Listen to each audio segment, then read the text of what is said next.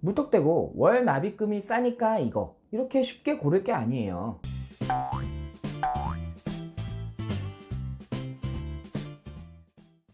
안녕하세요, 카피디입니다. 소형 SUV가 대세가 되면서 현대자동차 베뉴, 코나, 기아자동차 니로, 셀토스, 쉐보레에서는 트레일블레이저 등 제조사마다 소형 SUV를 출시하고 있고요. 르노 삼성에서도 XM3를 출시했는데요. 쿠페형 SUV로 나온 만큼 디자인은 굉장히 예쁘다는 평이 많아요. 보급형 벤츠 GLC라고도 부르고요. 신차 사전 예약은 3월 9일을 기준으로 8,500대를 넘어섰다고 합니다. 이처럼 많은 인기를 끌고 있고 저한테도 유튜브나 블로그를 보고 문의 전화도 옵니다. 신차와 중고차 중에 구입을 생각하고 있는데 삼성 XM3를 사도 괜찮냐고 말이죠.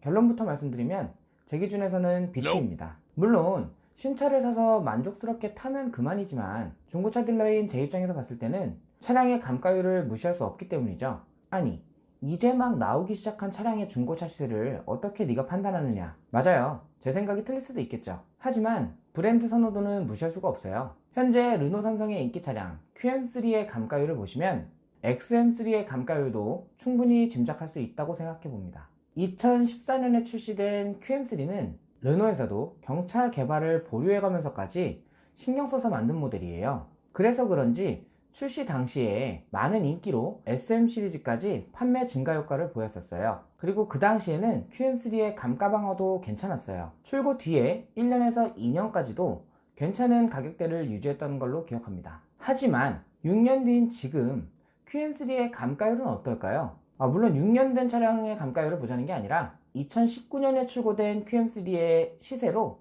감가율을 계산해 볼게요. 감가율을 계산하기 위해서는 먼저 QM3의 신차 출고 가격을 알아야겠죠. QM3 RE 등급은 추가 옵션 없이 봐도 2,406만원이에요 여기에 추가 옵션을 넣으면 더 올라가겠죠. 3월 16일 기준으로 2019년에 출고된 차량 시세를 한번 보세요. 9월, 10월에 출고됐으면 6개월 정도 된 무주행 차량의 시세도 1,900만원이 안 되네요.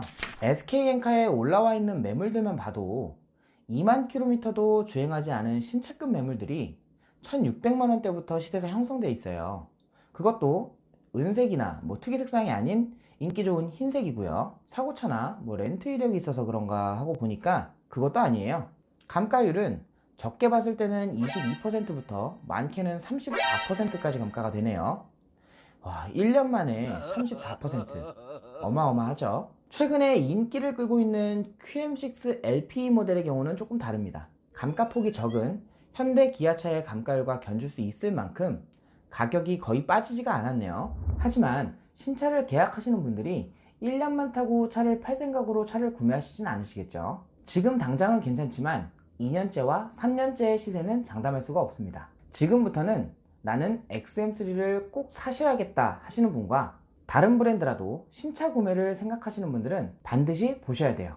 제가 아무리 감가율이 크다고 해서 말려도 그래도 나는 저 차를 타야겠다, 너무 마음에 든다, XM3 신차 구매를 생각하고 계시다면 해피케어 보증 연장은 꼭 신청하세요. 신차 보증의 기간, 주행거리를 연장시키는 프로그램인데요. 4년, 5년, 6년, 7년 모두 가격이 저렴해서 오래 타실 거라면 꼭 해주셔야 됩니다. 가장 비싼 게 7년에 100만원 정도 하는데요. 이 정도 가격이면 타다가 엔진이나 미션 부품 몇 개만 고장나도 그 정도 값어치는 충분히 하고요. 엔진 미션 이외에 추가적인 부품들도 다 보증을 받을 수 있으니까 꼭 신청하셨으면 좋겠습니다. 다음으로 할부 프로그램이에요. 특히 사회 초년생 분들은 무턱대고 월 납입금이 싸니까 이거 이렇게 쉽게 고를 게 아니에요.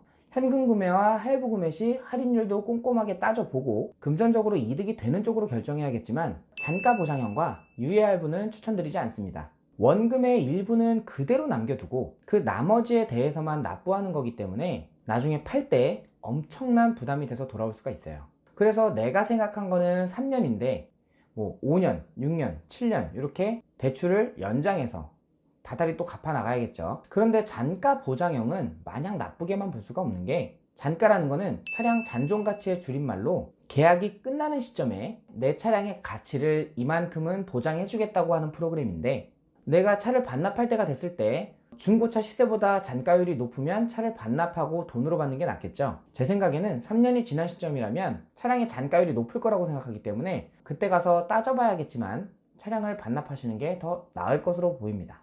예를 들어서 3년이 지난 시점에 차량 할부 계약이 끝났을 때 내 차의 중고차 시세는 50% 정도, 근데 잔가율은 66%를 보장해준다. 내가 중고차로 팔았을 때보다 신차 출고가 기준으로 16% 정도의 금액을 더 받을 수 있는 프로그램이라는 거예요. 다음으로 자유 상환형의 경우인데요.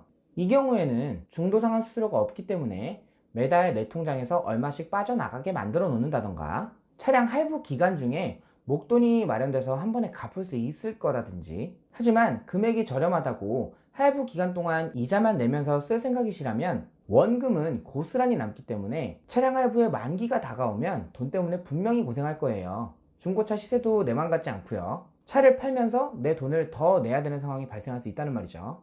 이것저것 따져보고 정말 계획을 철저하게 준비해야 하는 신분이 아니라면 가능하면 최소한의 금액만 표준형 할부로 사용하시는 게 좋을 것 같아요. 물론 계약할 때 신차 영면이 잘 안내를 해줄 거라고 생각은 하지만, 본인이 이런 내용을 대충이라도 알고 설명을 듣는 거랑 아무것도 모르고서 이러이렇다 하고 설명만 듣는 거는 큰 차이가 있으니까요. 꼭 알아두셔야 돼요. 이번 영상도 시청해주셔서 감사합니다.